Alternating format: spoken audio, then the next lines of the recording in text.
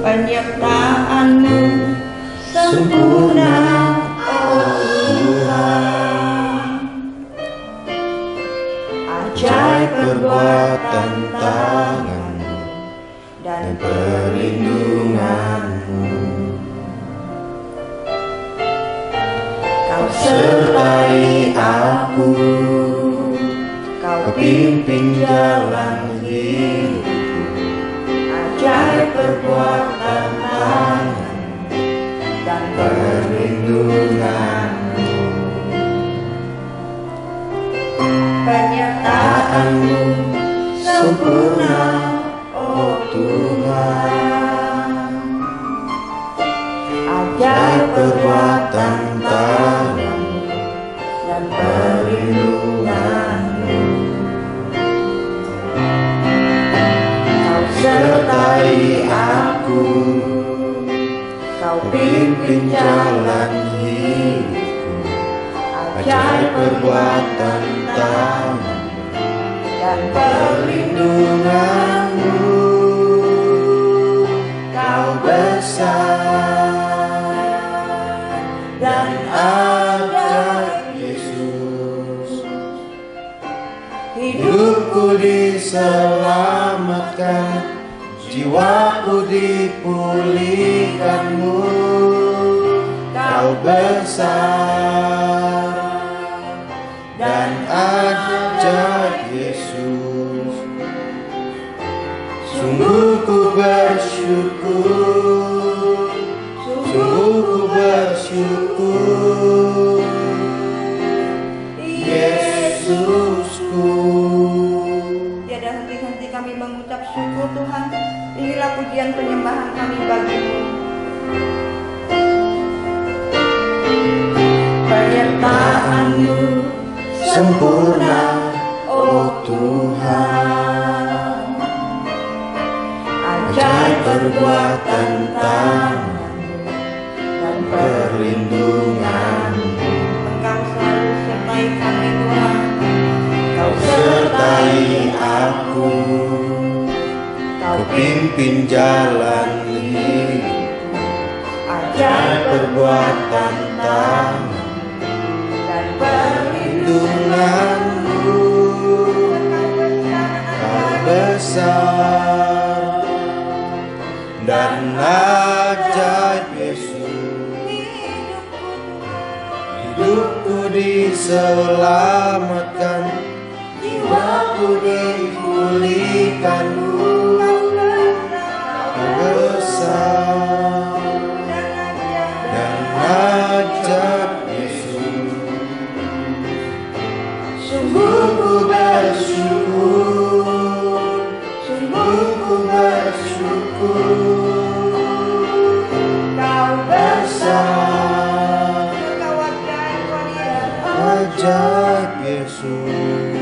Hidup kami Tuhan selamat. Hidupku diselamatkan, jiwaku dipulihkanmu. Kau besar dan ajaib Yesus. Sungguh ku bersyukur, sungguh ku bersyukur, Yesusku. Terima kasih Tuhan Yesus.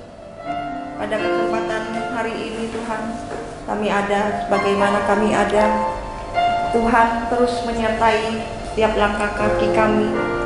Perbuatan-Mu sungguh ajaib Tuhan. Engkau selalu memimpin jalan-jalan hidup kami. Ajaib perbuatan tangan-Mu Tuhan, dan perlindungan-Mu nyata atas hidup kami. Kami mau duduk diam. Biar Tuhan Engkau berfirman bagi kami setiap anak-anak-Mu. Sebab hanya lewat firman-Mu Tuhan, kami dapat mendengar isi hati-Mu. Kami dapat menjadi pelaku firman Tuhan. Kami mau hidup takut akan Engkau Tuhan, melakukan semua perintah dan cita-cita Tuhan. Lewat hamba-Mu Tuhan, kami diberkati. Dan Tuhan juga melimpahkan berkat, pengurapan yang lebih dan lebih lagi bagi hamba-Mu. Kami mau duduk diam. Tuhan berfirman bagi kami semua. Roh-Mu yang kudus menguraikan setiap kata demi kata bagi kami. Kau besar dan ajaib Yesus. Hidupku diselamatkan, jiwaku dipulihkanmu. Kau besar dan ajaib Yesus.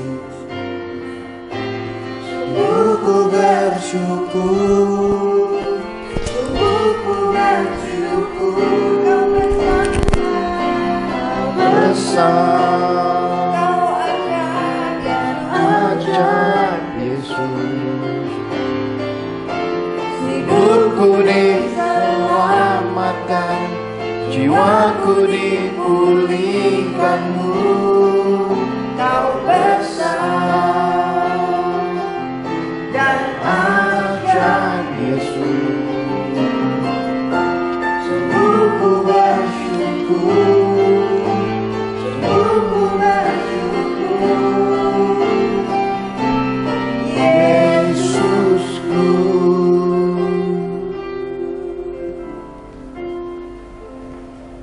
Dan kami mengangkat tangan di hadapan-Mu.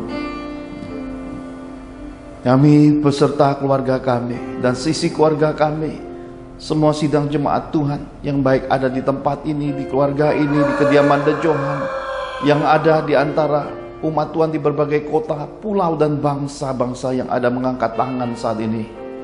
Kami ingin naikkan ucapan syukur, terima kasih kami untuk pemeliharaan, untuk perlindungan, untuk kasih, untuk kehidupan yang masih ada. Tuhan berkati dan kesempatan dari Tuhan buat kami. Sampai hari ini kami hidup, sampai hari ini kami punya kesempatan untuk memuliakan Tuhan. Anugerahkan kasih-Mu di tengah-tengah kami. Berfirmanlah dan berkati kami semua. Karuniakan roh hikmat, pengertian, pengenalan yang benar akan Engkau di tengah-tengah kami. Sampaikan akan isi hati-Mu dan berkati kami semua. Di dalam nama Tuhan Yesus kami telah berdoa dan mengucap syukur. Mari semua kita cinta Tuhan sama-sama katakan amin. Shalom Bapak Ibu yang terkasih di dalam Tuhan.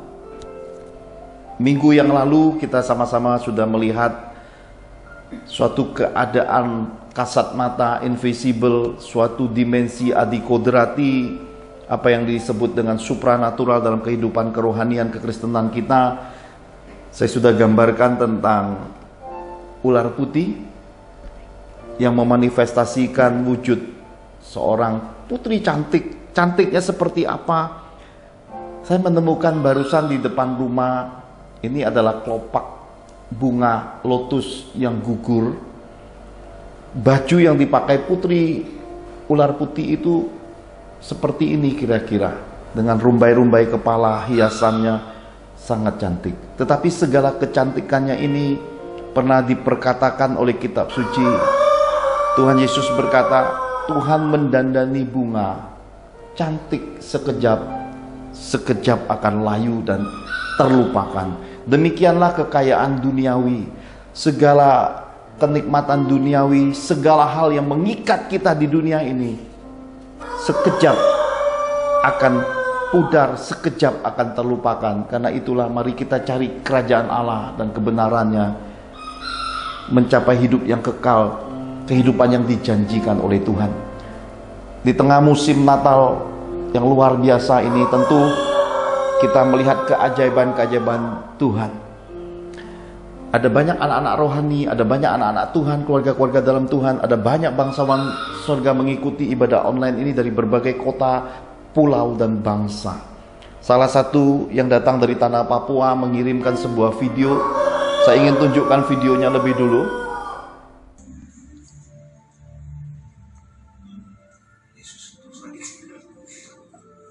Oke. Coba. Itu yang kayak batin takut. Yesus terus lagi. Oke. Coba. Itu yang kayak batin takut. Keajaiban Tuhan memenuhi keluarga yang dari tanah Papua, keluarga hambanya Pak Hengki. Dan apa yang terjadi pada anaknya sungguh mengerikan. Itu ternyata suatu keadaan adikodrati, hal supranatural menaunginya, hingga kecelakaan yang seharusnya membawa kematian. Karena beberapa minggu sebelumnya teman-temannya mengalami kecelakaan dan meninggal dunia dengan kepala pecah, berceceran, mungkin otak, mungkin isi kepala, oleh karena benturan kecelakaan motor. Lihat putra dari keluarga Pak Hengki Wayoy ini, tidak ada lecet, tidak ada luka, utuh. Suatu kuasa adikodrati supranatural, tidak bisa kita tafsirkan dengan logika, dengan hukum alam, dengan hukum manusia. Sesuatu yang berbuah menjadi bukti dan tanda bahwa iman kita kepada Tuhan Yesus tidaklah sia-sia. Nah, bagian kedua hari ini saya kembali mau mengajak Bapak Ibu yang terkasih di dalam Tuhan untuk melihat tentang adikodrati supranatural yang kedua. Kita lihat pada kegerakan gereja mula-mula, kita lihat kebenaran firman-Nya lebih dulu. Apa yang tertulis di dalam Kisah Para Rasul 19 ayat 1 sampai yang ke-12.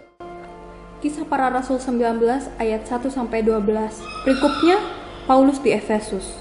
Beginilah firman Tuhan. Ketika Apolos masih di Korintus, Paulus sudah menjelajahi daerah-daerah pedalaman dan tiba di Efesus. Di situ didapatinya beberapa orang murid.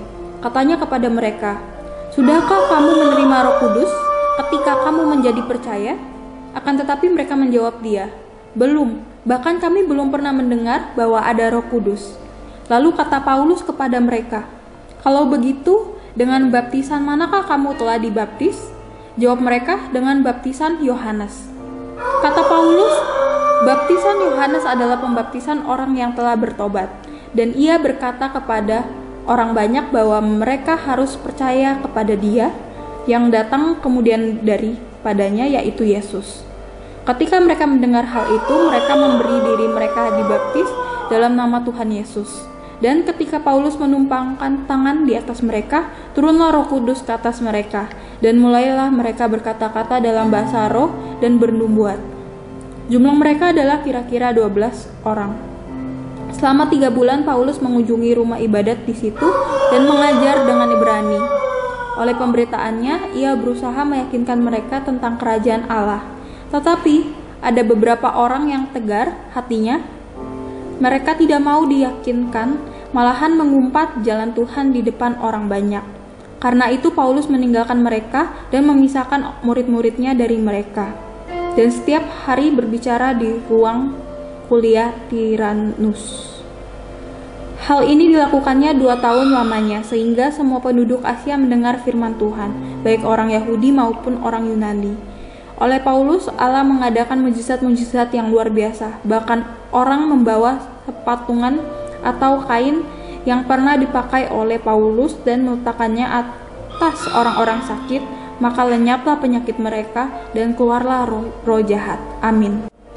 Amin. Pada kegerakan gereja mula-mula 426 ini kita bisa melihat muncul suatu tokoh lagi yang bernama Apolos.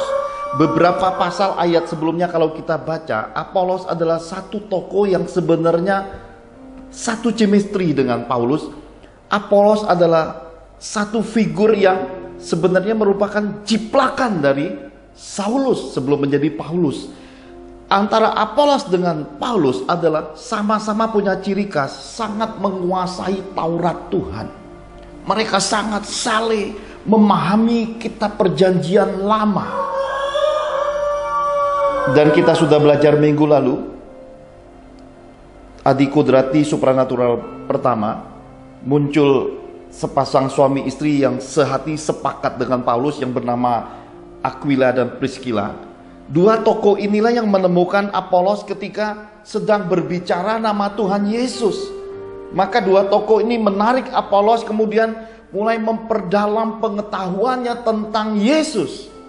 Hal pertama di dalam dimensi adikodrati supranatural yang harus dipahami oleh anak-anak Tuhan adalah 1. Peranan Roh Kudus.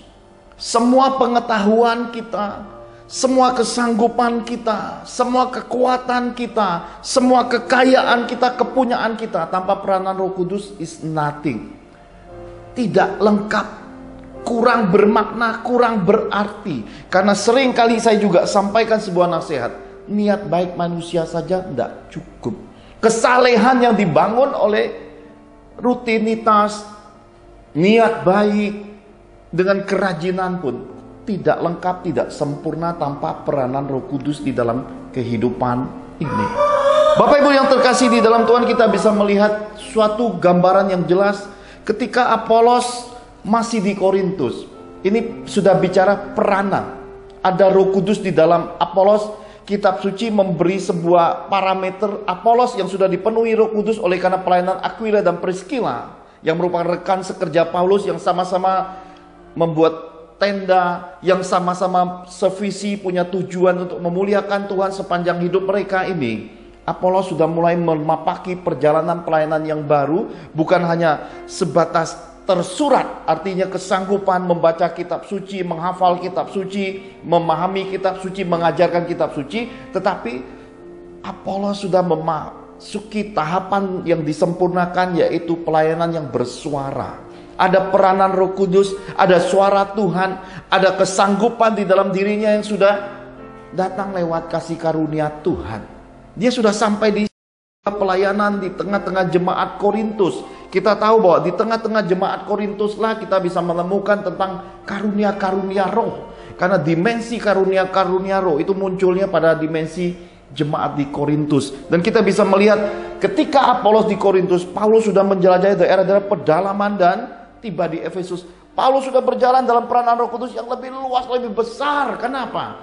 Karena Paulus merupakan bapak rohani dari banyak hamba-hamba Allah. Karena Paulus merupakan bapak rohani yang sudah dimatangkan Tuhan lewat pengalaman, sudah makan asam garam kerohanian, supaya bisa membekali anak-anak rohaninya, supaya bisa menjadi mentor yang kuat, cakap, dewasa, matang, hingga mendidik kegerakan, memperlengkapi generasi berikutnya dengan tepat dan sesuai dengan kehendak Tuhan.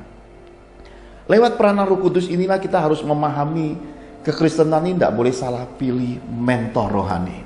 Kekristenan ini tidak boleh sembarang cap cip cup, kutip sana, kutip sini, ambil sana, ambil sini, kemudian kita mulai mau jadi guru. Sebagaimana dipesankan kitab suci, janganlah kamu mau menjadi guru, karena ukurannya nanti penilaian Tuhan, penghakiman Tuhan, parameter Tuhan adalah apa yang kamu paksakan pada dirimu. Peranan Roh Kudus harus ada di dalam kehidupan kekristenan sejak semula. Kenapa? Karena Roh Kuduslah yang memperlengkapi kita.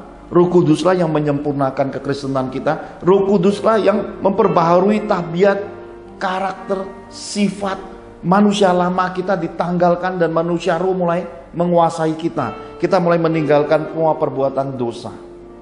Kita mulai sadar memilih untuk tidak terikat pergaulan-pergaulan yang rusak. Kita tidak lagi mau terjebak dengan keakuan, hanya diriku, keegoisanku. Kita tidak pernah melihat segala sesuatu lebih luas, lebih besar menurut kacamata Tuhan, menurut pandangan roh, menurut pimpinan apa yang tertulis di dalam kitab suci.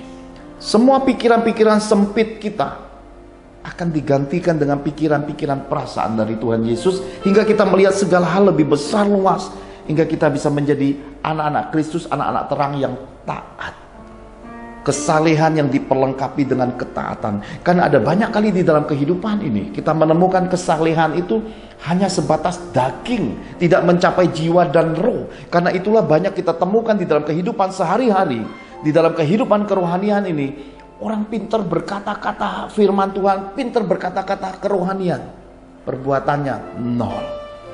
Kemunafikan hidup mendera mereka, dan ada banyak orang terjebak di dalam penjara keagamaan ini. Roh-roh agamawi membuat mereka lupa diri, merasa diri paling benar, merasa diri paling punya sorga, dan mulai mendikte banyak orang, dan mulai mendebat, mulai mencecar, dan merasa diri sendiri yang ini itu. Lupa akar kehidupan, lupa daripada in the beginning dalam kitab suci bahwa pada mulanya adalah Allah, dan lupa bahwa dalam kehidupan ini kita bukan siapa-siapa.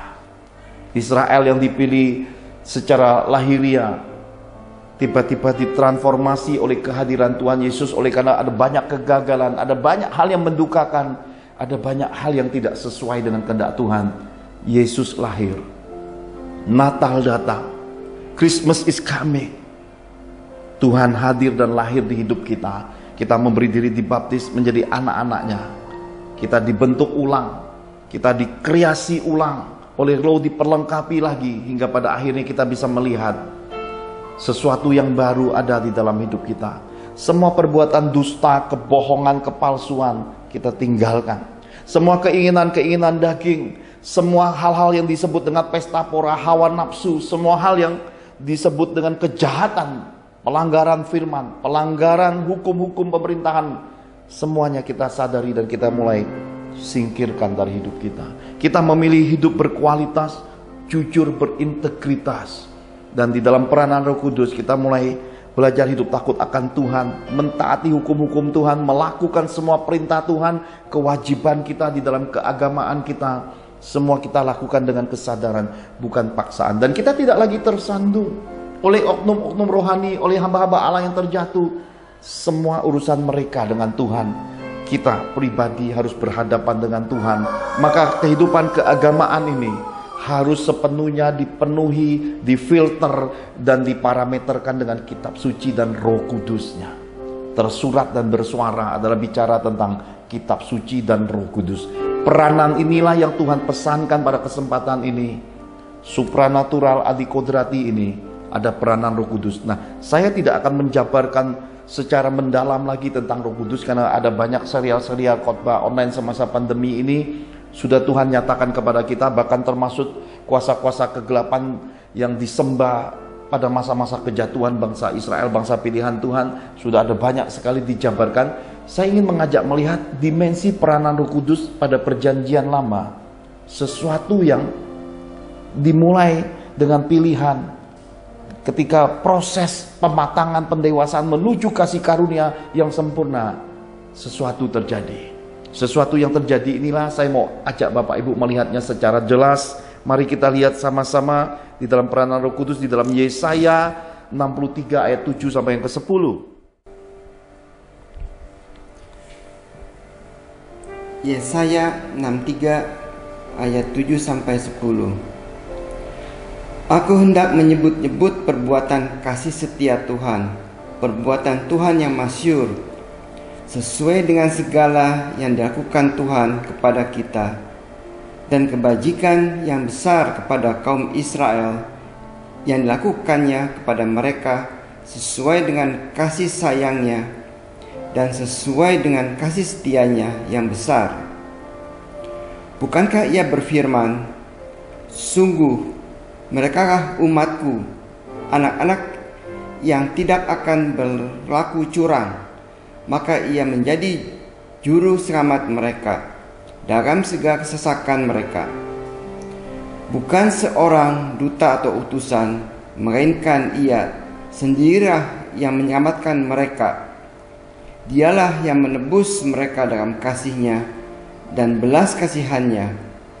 Ia mengangkat dan menggendong mereka selama zaman dahulu kala. Tapi mereka memberontak dan mendukakan Roh Kudus-Nya. Maka ia berubah menjadi musuh mereka dan ia sendiri berperang melawan mereka. Dengan firman Tuhan, amin. Amin. Lihat, ini merupakan ciri khas daripada umat yang ada Roh Kudus-Nya, di mana umat yang mengerti, memahami, menghargai dan mentaati peranan dan tuntunan Roh Kudus. Kitab suci berkata bahwa sungguh merekalah umatku, anak-anak yang tidak akan berlaku curang. Ini bicara tentang integritas umat Tuhan. Ini bicara tentang kredibilitas seorang pribadi di dalam kekristenan ini. Seseorang yang jujur, yang tidak akan pernah merugikan orang lain, tidak akan berdusta kepada siapapun, tidak akan mencurangi, tidak akan berbuat jahat, dan tidak akan melanggar firman Allah. Ini bicara tentang imamat rajani, bangsa pilihan Tuhan, sosok pribadi yang memiliki manusia Kristus yang sejati. Bukan suatu program lagi. Karena kalau bicara program, ada banyak sekali kegerakan rohani, semuanya ada roh, ada gelombangnya.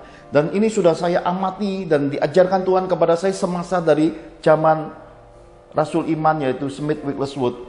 Kegerakan itu berjalan dalam roh dan tiba-tiba sudah berganti jadi program, berhenti. Oleh karena masa lalu keberhasilan, programnya masih terus jalan dan di dalamnya semakin dibuka, dikupas, semakin melukai dan mendukakan rohnya.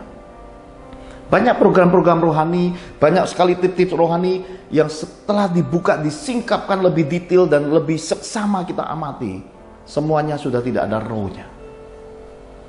Tuhan juga menyingkapkan hal yang sama ketika dia masuk ke bait Allah. Dia melihat baru di pelatarannya saja orang sudah tidak lagi sopan, orang sudah tidak lagi takut akan Tuhan, sudah tidak lagi hormat akan Tuhan. Mereka sudah fokus pada mamon, untung rugi, hitung-hitungan.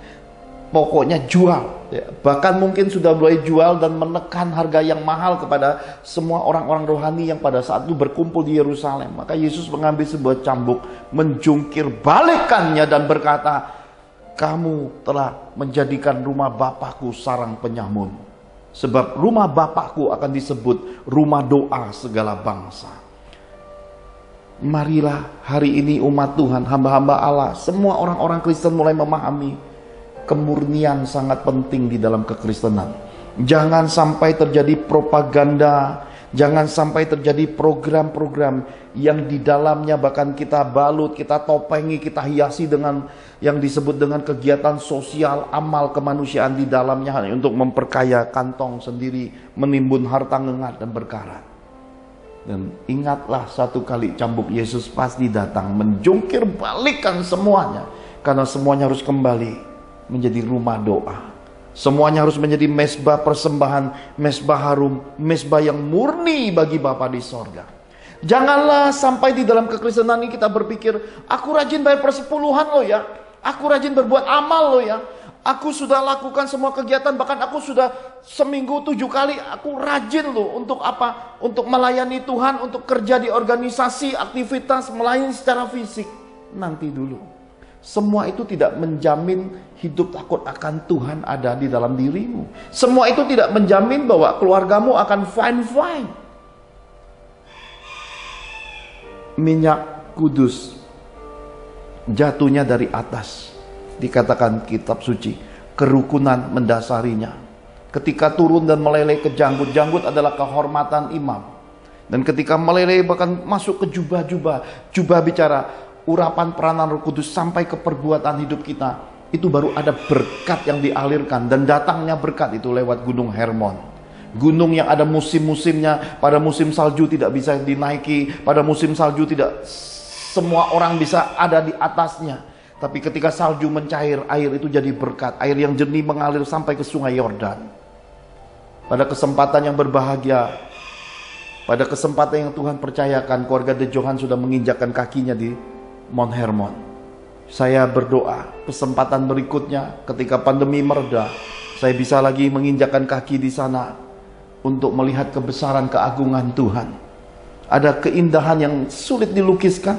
Mungkin kita sudah berkeliling ke seluruh dunia, tapi kalau kita belum mencapai apa yang dituliskan dalam kitab suci, ada yang terasa kurang ketika kita membacanya. Tetapi berbahagialah orang yang tidak pernah pergi, tidak melihat, tapi percaya sepenuhnya. Dan saya berdoa buat umat Tuhan yang setia seperti ini, tangan Tuhan akan membawa engkau untuk melihat secara langsung seperti Thomas berkata, kalau aku tidak mencucukkan tanganku, Yesus berkata, cucuklah tanganmu. Ini tanganku yang berlubang, lihatlah. Ini lambungku yang ditusuk tombak yang berlubang. Saya berdoa, kekuatan kasih karunia Tuhan, kasih sayang Tuhan yang besar akan memampukan kita untuk menerima kemurahan-kemurahan Tuhan semasa hidup ini. Nah, Bapak Ibu yang terkasih di dalam Tuhan, kitab suci berkata, mereka memberontak. Mereka mendukakan rohnya. Dan kalau kita belajar di dalam perjanjian lama, murka Bapa. Umat pilihan mati ribuan, ratusan ribu mati ketika Tuhan murka. Roh Kudus berperan sejak perjanjian lama. Di perjanjian baru, dengan kelahiran Yesus, Roh Kudus jelas sekali dipesankan oleh para malaikat. Bayi di dalam kandunganmu dari Roh Kudus. Yesus itu Roh Kudus. 100% Yesus adalah Roh Kudus. Karena bayi dalam kandungan itu dari Roh Kudus. Kalau bukan Roh Kudus, apa isinya? Nggak ada. Semua duniawi. Karena Roh Kuduslah, maka darahnya yang mahal tertumpah di Kalvari. Darah penyalipan itu membelah bait suci lahiria. Belah dari atas ke bawah. Kesempatan terbuka bagi semua bangsa oleh karena darah roh itu, darah penebusan itu, darah Yesus Kristus, Tuhan Juru Selamat dunia ini. Peran Roh Kudus bukan hanya selesai semasa Yesus dibangkitkan, karena roh kebangkitan Yesus adalah Roh Kudus yang menghidupkan. Ternyata menjelang kedatangan Yesus kedua kali di awan-awan permai, roh masih berperan penting untuk mengubah semua manusia daging kita, untuk dicopotkan, untuk mengenakan ruah Elohim, jubah roh, dan diangkat menghadap mempelai Kristus, untuk menjadi mempelai yang akan layak masuk ke sorga Yesus. Roh Kudus ini terpenting. Bapak Ibu boleh berdebat tentang Roh Kudus, tetapi saya tidak akan ajak Bapak Ibu berdebat. Kenapa? Karena ini serial gereja mula-mula, semuanya ada di dalam kitab suci, parameternya kitab suci, semuanya lengkap ada di dalam kitab suci. Silakan baca dan selidiki, maka semua doktrinasi, semua penafsiran, semua pandangan sudut pandang apapun kerohanian, saya percaya tidak akan melampaui apa yang tertulis di dalam kitab suci. Karena kitab suci adalah kebenaran, dan ketika kita menyentuh kebenaran, maka semua akan terbuka dengan sendirinya. Karena itulah hati nurani kita jangan sering kita tolak dengan kebohongan.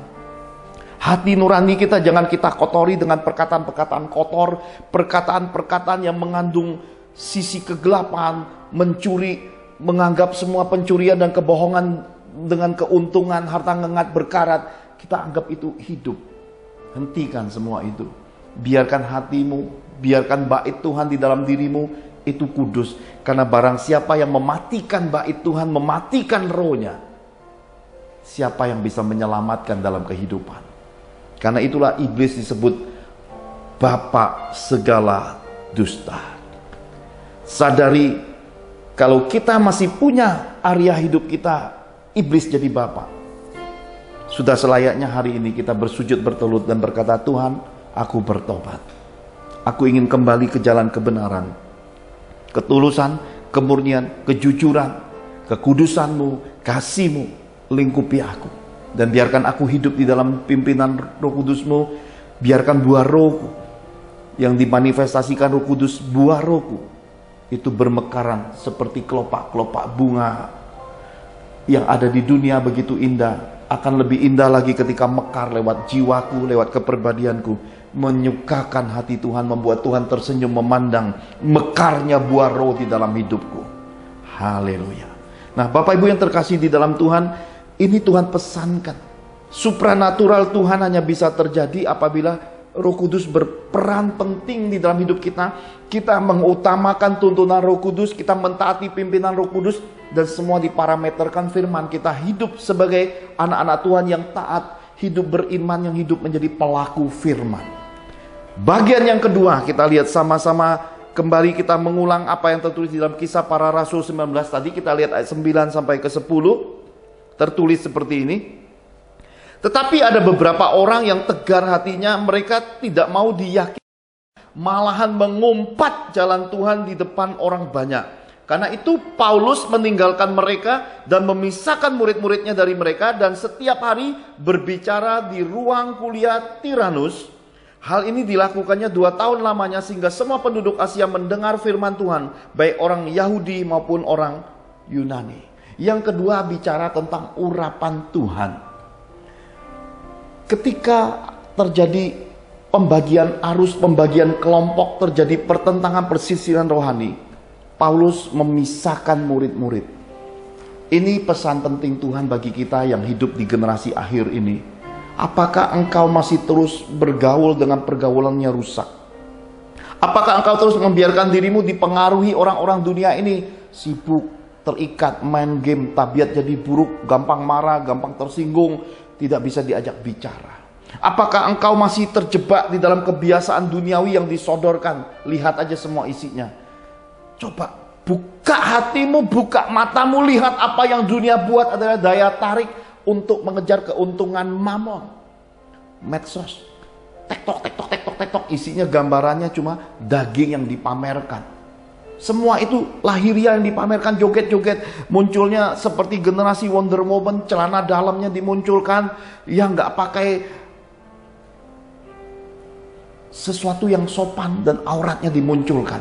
Lihat seperti pornografi, terselubungnya pornografi. Saya berdoa pemerintahan Indonesia mulai menindak tegas semua konten-konten yang berbau pornografi, karena isinya tidak mendidik, pada akhirnya akan menjalar, menular, dan membuat pergeseran tabiat, norma-norma dan etika kesopanan atas bangsa kita Indonesia, untuk mulai meniru karena mengejar view, karena mengejar popularitas, untuk mendapatkan keuntungan di balik mamon, keuangan. Jadi sebuah pertunjukan aurat yang menghasilkan uang. Saya berdoa semua umat Tuhan menyadari semua hal yang tidak sopan, yang tidak sesuai dengan kitab suci, yang dipantangkan oleh Roh Kudus ini. Semua kita harus belajar untuk melewati dan men-skipnya. Jangan terbuai dan memandangnya, karena itu menjadi suatu ikatan jerat hawa nafsu. Setan percabulan masuk di dalam hidup. Kita harus berkata, no! Tidak terikat pada hal-hal percabulan. Kenapa? Karena kita punya Bapa yang kudus. Kita punya kerajaan sorga yang isinya adalah orang-orang kudus. Kerajaan sorga tidak pernah dituliskan orang-orang baik, orang-orang rajin beramal, orang-orang banyak keberhasilan, banyak uang masuk. Tidak. Kerajaan sorga isinya adalah orang-orang kudus Tuhan. Orang-orang yang hidup berpadanan kitab suci, hidup termatrai dengan Roh Kudusnya. Nah, Bapak Ibu yang terkasih di dalam Tuhan, tentang urapan saya ingin kita bisa melihat pesan Rasul Yohanes. Mari sama-sama kita lihat di dalam 1 Yohanes 2 ayat 23 sampai 27.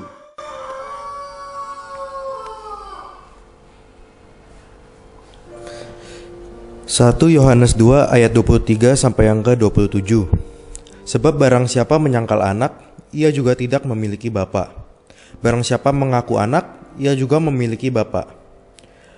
Dan kamu apa yang telah kamu dengar dari mulanya, itu harus tetap tinggal di dalam kamu. Jika apa yang telah kamu dengar dari mulanya, itu tetap tinggal di dalam kamu, maka kamu akan tetap tinggal di dalam anak dan di dalam bapa. Dan inilah janji yang telah dijanjikannya sendiri kepada kita, yaitu hidup yang kekal. Semua itu kutulis kepadamu, yaitu mengenai orang-orang yang berusaha menyesatkan kamu. Sebab di dalam diri kamu tetap ada pengurapan yang telah kamu terima daripadanya. Karena itu tidak perlu kamu diajar oleh orang lain, tetapi sebagaimana pengurapannya mengajar kamu tentang segala sesuatu. Dan pengajarannya itu benar, tidak dusta. Dan sebagaimana ia dahulu telah mengajarkan kamu, demikianlah hendaknya kamu tetap tinggal di dalam dia. Amin. Amin. Sebab di dalam diri kamu sudah ada urapan yang dari Tuhan. Ketika kita memberi diri dibaptis, sudah ada benih roh.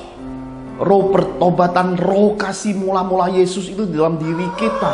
Kitab suci pesankan kepada kita, jangan kamu menyangkal anak. Bagaimana kita menyangkal anak? Dengan cara berbalik pada kehidupan manusia lama. Kita kembali pada keinginan-keinginan daging. Kita hidup melanggar firman Allah dan terus membiarkan diri larut hidup di dalam kebohongan, dusta, penipuan. Bahkan kita sendiri tahu itu salah, kita pura-pura tidak tahu, dan kita pura-pura seakan-akan orang lain tidak tahu. Orang yang menyangkal Yesus, orang yang hidupnya penuh dosa, sedang membodoh-bodohi dirinya sendiri. Ada banyak orang yang tahu sebenarnya. Oleh karena mereka tidak mau campuri urusanmu, mereka pura-pura tidak tahu. Tapi engkau sedang membodoh-bodohi dirimu, kenapa? Oleh karena engkau menikmati dosa. Oleh karena engkau hidup di dalam kegelapan dan engkau berpikir semua itu adalah enak, nikmat. Kitab suci berkata, persekutuanmu bukan lagi dengan roh Tuhan. Urapan Allah sudah tidak ada pada dirimu karena engkau sedang bersekutu dengan arwah-arwah. Kegelapan sedang masuk di dalam dirimu. Saya berdoa pemahaman dan kesadaran ini segera didapati oleh anak-anak Tuhan. Kenapa? Karena hari-hari hidup semasa pandemi ini, bahkan hari-hari yang akan datang ini, keadaan dunia, kehidupan di dunia ini tidak bertambah baik. Ada banyak kesulitan, akan ada banyak bencana, akan ada banyak hal tidak terduga terjadi di muka bumi ini. Kesempatan hidup kita masih ada, dan kesempatan hidup yang terbatas ini hargailah dengan hidup benar, hidup bermanfaat, hidup bahagia bersama keluarga. Kerjakan hal-hal yang berfaedah dan memuliakan Tuhan. Ini Tuhan ingatkan kepada kita. Jangan menyalibkan Yesus lagi di dalam hidupmu. Karena yang harus engkau salibkan itu adalah keinginan dagingmu, perbuatan dosamu, kebohonganmu, dustamu, semua penipuan, semua lidah ular yang engkau jalarkan dengan kata-kata palsu itu. Salibkan semua itu. Hentikan semua hal yang melukai dan mendukakan rohnya. Mari belajar melihat hidup ini perlu disyukuri. Tidak banyak orang bisa menerima apa yang sudah kita terima sampai hari ini. Belajarlah untuk mensyukuri, karena seseorang dan siapapun yang sudah bisa mensyukuri hidup akan berbagi kasih kepada orang-orang yang kita lihat masih berkekurangan dalam kehidupan ini. Kasih menutupi pelanggaran, kasih menyebarkan kemuliaan Tuhan, kasih membawa keharuman sorgawi ada di muka bumi ini. Kasih yang sempurna itu melenyapkan semua ketakutan. Dan di dalam kasih itu orang akan sadar dan berkata, Aku mau kembali pada firman Allah. Aku mau hidup benar, jujur, tulus, dan hidup pulih bersama keluarga. Dan semua hal yang bukan hakku. Saudara tahu apa yang bukan hak kita? Percabulan itu bukan hak kita. Karena percabulan itu adalah kepunyaan setan. Itu kita tidak punya hak sama sekali untuk masuk ke dunia percabulan. Ikatan-ikatan duniawi. Apa itu ikatan-ikatan duniawi? Uang, cinta uang, suka main game, terikat dengan apa yang disebut dengan dunia kesendirian, keakuan, dan keegoisan. Apa itu? Mari lihat lagi. Merasa hidup masih panjang, merasa hidup fine-fine aja, merasa semua hal masih panjang, lengah, meremehkan segala sesuatu, tidak melihat hari hidup dihabiskan hanya untuk malas-malasan, dihabiskan hanya untuk kepuasan hawa nafsu, buang waktu banyak untuk hobi, tidak pernah sediakan waktu untuk baca firman, tidak pernah ada waktu berharga untuk mesbah, doa pagi, saat doa sebelum tidur, terjaga. Dan ketika Tuhan waktu-waktu tertentu Tuhan jagai terus dan terjagain terus. Tidak pernah siaga, tidak pernah meresponi panggilan kekasih sorgawinya. Hanya menikmati untuk diri sendiri, mengabaikan orang susah, bahkan mengabaikan orang tua. Tidak peduli dengan sanak famili, tidak peduli dengan keluarga. Ini kitab suci kurung, semua ketidakpedulian ini disebut murtad. Dan menganggap hidup ini hanya dirinya yang paling menang, berhasil, kaya, dan layak dipamerkan, semua orang harus tahu. Ini sebentar lagi akan ditebang, akan direndahkan Tuhan. Karena masa-masa api ujian roh, api ujian ini akan semakin luas dan membesar di masa ini. Dan tahun depan akan semakin lebih besar, meluas sampai puncaknya di tahun 2022. Ini Tuhan pesankan kepada kita. Di dalam dirimu sudah ada urapan yang dari Tuhan supaya kamu tinggal di dalam Yesus. Di luar Yesus kami tidak bisa buat apa-apa. Di luar Yesus pasti kita akan binasa. Kita harus kembali pada kasih. Kasih itu tertib, kasih itu sopan, kasih itu mau dikritik, kasih itu mau dikoreksi, kasih itu harus melihat kehidupan secara adil dan bijaksana. Kasih itu didasari hikmat dan pengertian. Pelajaran ini ada banyak anak-anak Tuhan gagal. Kenapa saya berkata gagal? Karena generasi di akhir zaman ini yang paling rusak adalah hatinya. Ada banyak orang tidak tahu budi, ada banyak orang tidak tahu diri. Mereka lupa kematian Yesus menebusnya. Itu mereka tidak pernah kembalikan dengan perbuatan hidup yang memuliakan Tuhan. Ada banyak orang melupakan bahwa masa-masa susah, masa-masa krisis, masa-masa butuh pertolongan, Tuhan hadir. Ada banyak rekan sekerja Tuhan yang dihadirkan.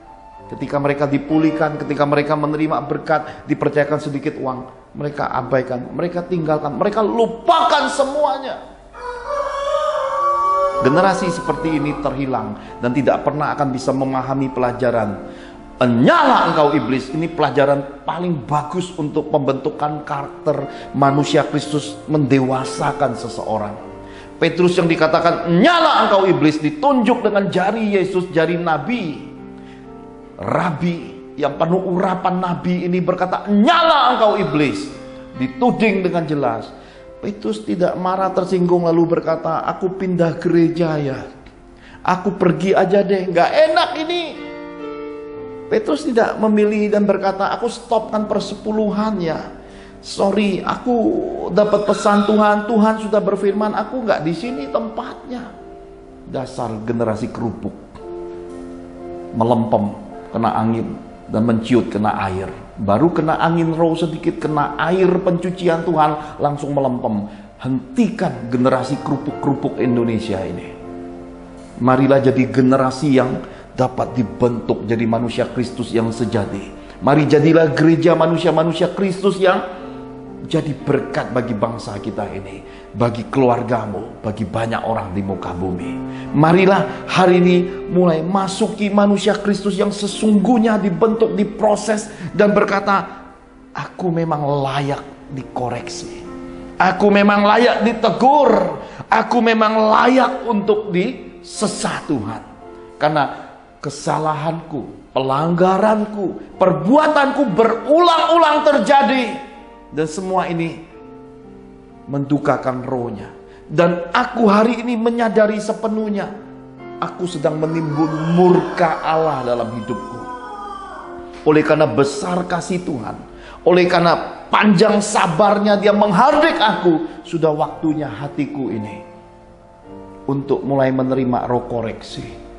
Aku tidak memilih yang kusuka, sembunyi di balik perbuatan-perbuatan yang melanggar firman.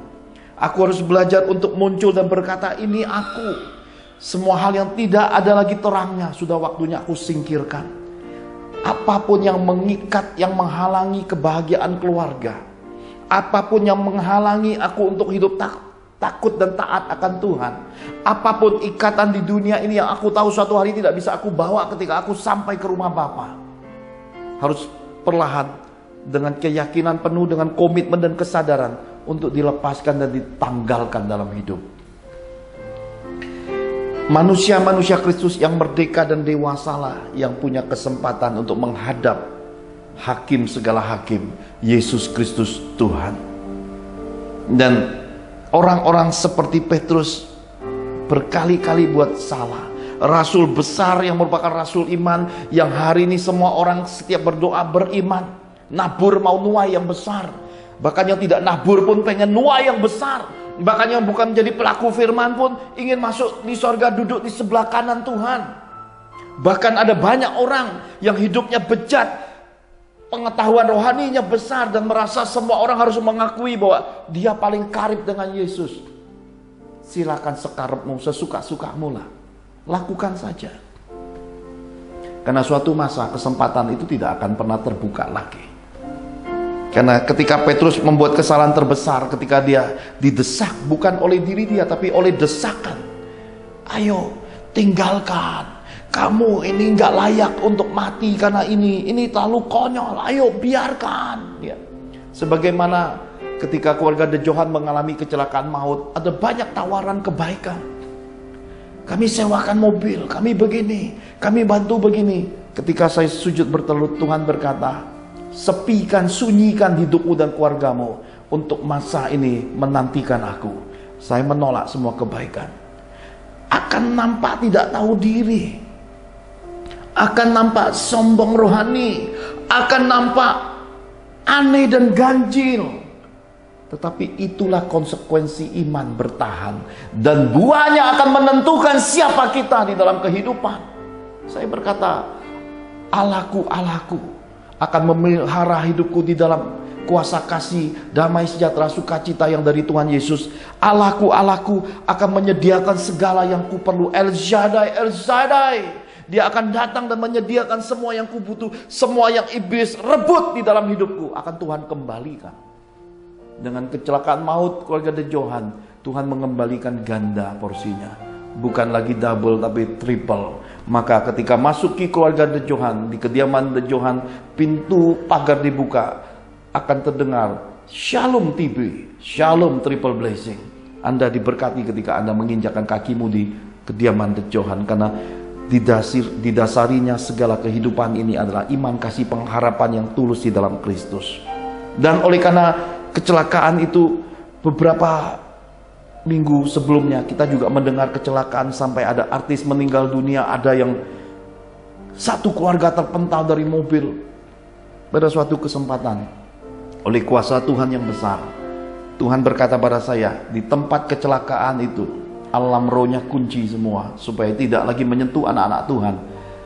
Saya mengadakan suatu mesbah doa Tuhan di kilometer 163 tol Cipali. Dan ketika saya hendak memasuki kilometer itu, suatu mata terbuka, saya melihat suatu kerajaan. Dan ternyata inilah segala sesuatunya. Dan ketika saya berkata, bagaimana berhenti di jalan tol yang Demikian lalu lalang, Tuhan menghentikan semua arus kendaraan. Tiba-tiba sepi, tidak ada kendaraan. Saya menebarkan apa yang Tuhan perintahkan, dan kemudian oleh ritual Roh Kudus, saya mengunci alam roh mautnya, menghentikan semua pencoba-pencoba, semua roh-roh pembinasa itu, dan membuat semuanya berubah oleh karena kuasa dan kehendak Tuhan sendiri. Dan apa yang terjadi? Lewat urapan tinggal di dalam Yesus. Sejak hari itu, setiap kali kami melewati tol ini, dimensi rohnya sudah berubah. Ada sesuatu yang lebih damai sejahtera, terasa ada para malaikat yang mendampingi. Sejak hari itu, saya juga melihat suatu keterbukaan, suatu jalan roh yang terbentang untuk orang-orang yang hidupnya di dalam dunia mistik, di dalam dunia supranatural, untuk bertemu muka dengan Yesus. Apa yang dirancangkan oleh setan merupakan kutuk. Apa yang diserang setan merupakan bencana, kerugian, kemiskinan, bahkan penyakit. Oleh Tuhan ditransformasi jadi berkat. Berkat, kehidupan, kebahagiaan, alasan untuk menolong, menyelamatkan banyak orang. Karena Tuhan kita punya kuasa mentransformasi kutuk jadi berkat. Anugerah Tuhan ini besar. Pemahaman ini Tuhan ingin kita pahami, bahwa adikodrati supranatural itu sejak kelahiran Tuhan Yesus, bahkan peranan roh semasa perjanjian lama yang ada pada nabi-nabinya, sampai hari ini masih terjadi. Kuasa kasih Tuhan Yesus dahulu, sekarang, hingga kedatangannya nanti masih sama. Adikodrati supranatural di balik nama Yesus masih berlaku bagi semua kita. Jangan sangsi dan ragukan akan semua ini. Haleluya. Bagian ketiga merupakan bagian terakhir. Tuhan pesankan tentang manifestasi dan kuasa orang yang diurapi. Jadi kalau kita menerima urapan, kita menjaga hidup, kita melakukan semua perintah-perintah Tuhan dengan tulus dan segenap hati, roh itu akan berdiam di dalam diri kita. Ini kuncinya untuk menerima baptisan Roh Kudus. Ini kuncinya untuk bersekutu dengan Roh Kudus. Jagai hidupmu, persembahkan hidupmu. Jadilah seseorang yang menyukakan hati Tuhan. Ada perlakuan-perlakuan khusus kepada orang-orang yang diurapi Tuhan.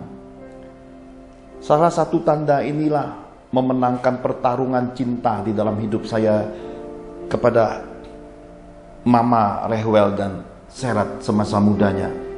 Ketika dia hendak membuat tanda-tanda dengan 3 tanda yang amat susah, firman Tuhan dibentangkan kepadanya. Mari kita lihat apa yang dibentangkan kepada istri saya saat itu. Mazmur 105 ayat 15. Mazmur 105 ayat ke-15. Demikian Tuhan berfirman, jangan mengusik orang-orang yang kuurapi, dan jangan berbuat jahat kepada nabi-nabiku. Amin. Firman inilah, amin. Jangan mengusik orang yang kuurapi. Jangan berbuat jahat kepada nabi-nabiku. Dan semua tanda yang dia minta. Istri saya saat itu meminta tanda-tanda sebagai bukti bahwa saya ini adalah suami yang dipilihnya dari Tuhan. Tuhan memenangkan pertarungannya. Dan ini jadi kisah yang akan menimbulkan air mata bagi ipar-ipar saya, juga bagi mertua saya. Kenapa? Karena Tuhan memenangkan pertarungan-pertarungan ini dengan cara Tuhan yang saya berkata teramat luar biasa. Adikodrati supranaturalnya bekerja. Ketika itu saya melayani seorang anak muda yang tinggi besar sekali. Mungkin ada sekitar 185, 187, tinggi besar gagah. Di rumah seorang teman seiman yang baru saya kenal. Dan ketika saya angkat tangan berdoa, lelaki besar ini tiba-tiba membalikkan badannya dan mengerang. Ini sering saya saksikan. Dan ini pertama kali saya mempraktekkan pelayanan malaikat pada masa itu. Oh, dia mengerang. Terdengar suara harimau. Ya. Dan tiba-tiba tangannya dikebaskan meja, bangku, apapun yang di dekatnya, cungkir balik. Saya terkejut. Lebih terkejut lagi tuan rumah. Wah, berantakan rumahnya. Lalu roh datang kepada saya dan berkata, nak, urapan Tuhan ada atasmu, perintahkan pelayanan malaikat. Saya bertanya pada Tuhan, bagaimana menggerakkan malaikat. Panggil malaikat dalam nama Bapakmu dan perintahkan malaikat untuk pegang kaki dan tangannya. Lalu saya berkata, dalam nama Tuhan Yesus, datang malaikat Tuhan, pegang kaki dan tangannya. Tiba-tiba kaki tangannya jadi kaku. Kelihatan sekali pria muda yang besar badannya ini marah, mengerang dan tidak bergerak. Dan saya adalah anak Tuhan yang riang jenaka, ya. Kelihatan nggak mukanya riang jenaka, ya. Saya mengitari pria yang kerasukan roh harimau ini, saya puteri, saya liatin, ya. Lalu Roh Kudus datang pada saya dan bertanya, kamu lagi ngapain, nak? Saya bilang, lucu juga ya Tuhan, nggak ada lagi ketakutan. Jadi ada suatu sukacita surga yang supranatural. Ada suatu keadaan adikodrati yang saya berkata, wah kok begini ya, malaikat kok bisa pegang orang-orang kerasukan. Lalu Roh Kudus berkata, perintahkan roh itu keluar. Saya ingat apa? Ingat bagaimanakah kalau ada binatang-binatang itu susah untuk ditangkap. Yang paling gampang adalah tapuk punggung sebelah bagian pantatnya, maka dia akan nyosor lari ke depan. Maka saya lihat belakang, saya tampar pantatnya, dalam nama Yesus keluar setan, duar, dia jatuh nungsep, rohnya keluar. Di rumah ini, di rumah saudara seiman yang baru saya kenal ini, keajaiban Tuhan datang di masa muda rohani saya. Sangat muda rohani, dengan bobot tubuh 45 kilo, hari-harinya kitab suci, doa puasa, dan saya baca kitab suci terus. Dan ada banyak anak Tuhan lupa untuk mengenal Tuhan, mendengar suara Tuhan, untuk menerima baptisan Roh Kudus. Baca Injil itu berulang-ulang, resapi keempat Injil itu sampai Tuhan Yesus itu ngeletok di jiwamu. Itu yang saya dapatkan semasa saya bertobat dulu. Dan ketika istri saya meminta tanda, kalau orang tua aku setuju, dia memang calon suamiku dari Tuhan.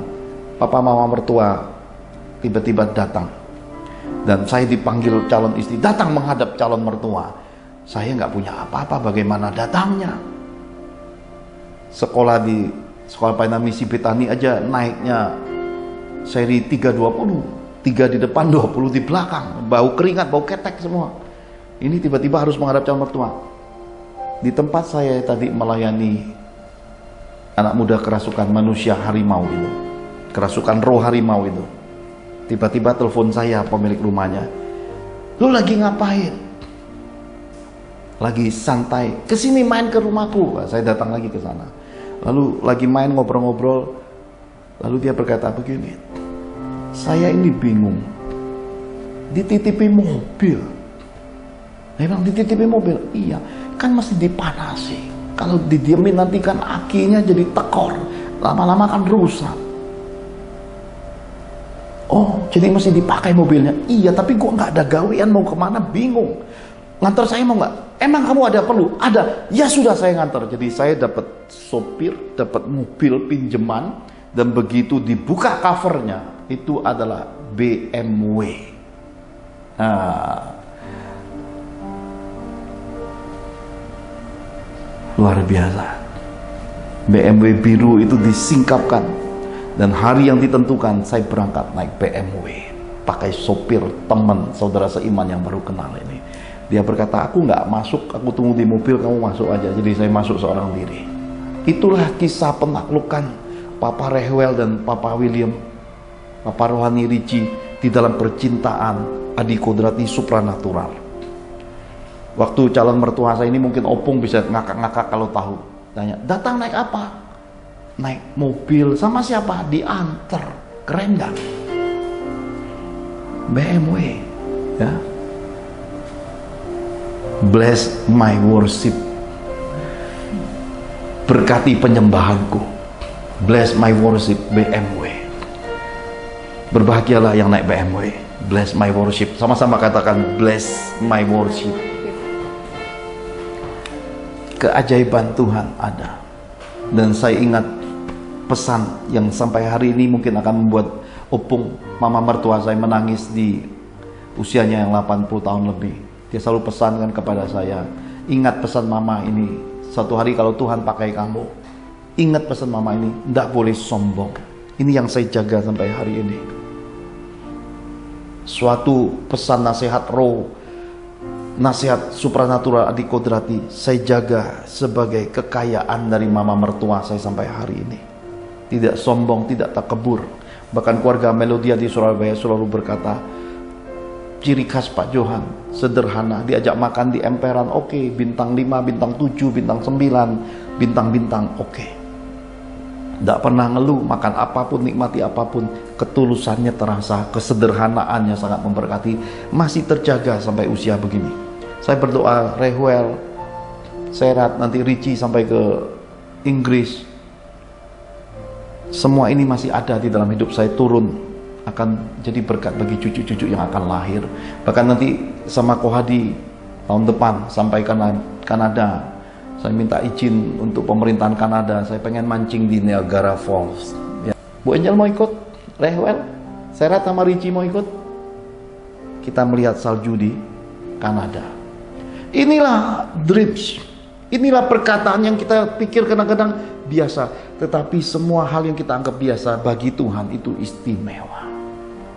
Karena saya selalu berkata di dalam hidup, kalau aku rusak di masa mudaku, aku tidak bisa jaga karena aku tidak kenal Tuhan, maka aku mau punya rumpun keturunanku seperti istriku, perjaka, perawan, orang kudus yang keluarganya akan melahirkan cucu-cucu bagiku, orang-orang besar.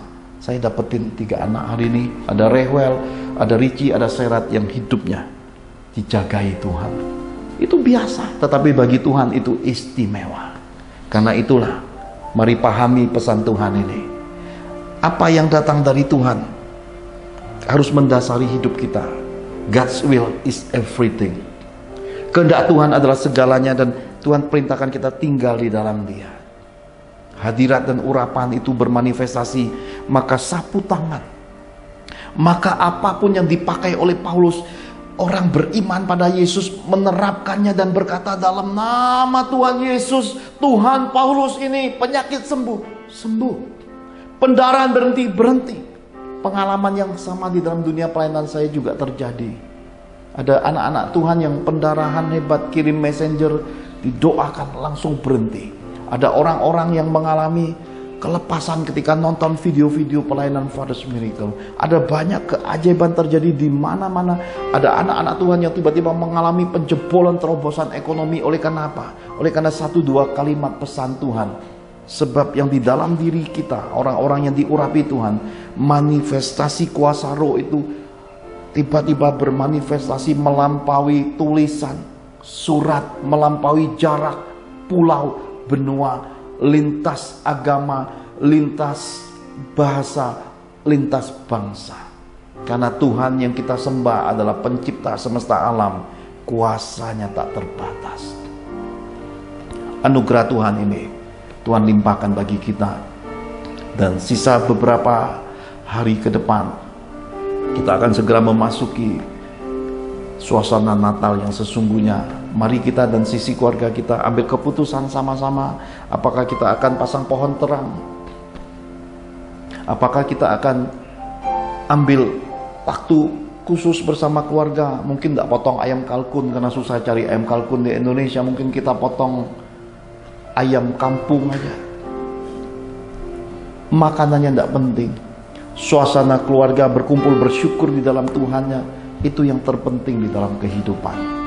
Karena itulah, marilah kita kembali kepada kodrati bahwa Yesus Kristus Tuhan Juru Selamat kita adalah jawaban hidup kita.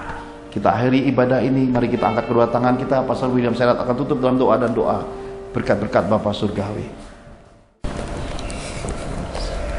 Bapak dan Ibu yang saya kasih dalam Yesus, kita baru saja dicerahkan dengan pembukaan rahasia kehidupan dalam kekristenan ini, bahwa kita harus melengkapi kesalehan dan keagamaan kita dengan Roh Kudus. Roh Kudus adalah kunci kehidupan orang beriman. Mari kita tutup ibadah online kita dengan sehati dan sepakat untuk berdoa dan menerima berkat-berkat Bapa Surgawi. Mari kita angkat kedua tangan kita di hadirat Allah. Tuhan memberkati engkau dan melindungi engkau. Tuhan menyinari engkau dengan wajahnya dan memberi engkau kasih karunia. Tuhan menghadapkan wajahnya kepadamu dan memberi engkau damai sejahtera. Terimalah Bapa Berkat dari Bapa, Tuhan Yesus, dan Roh Kudus. Dalam nama Tuhan Yesus, amin. Amin. Tuhan Yesus memberkati.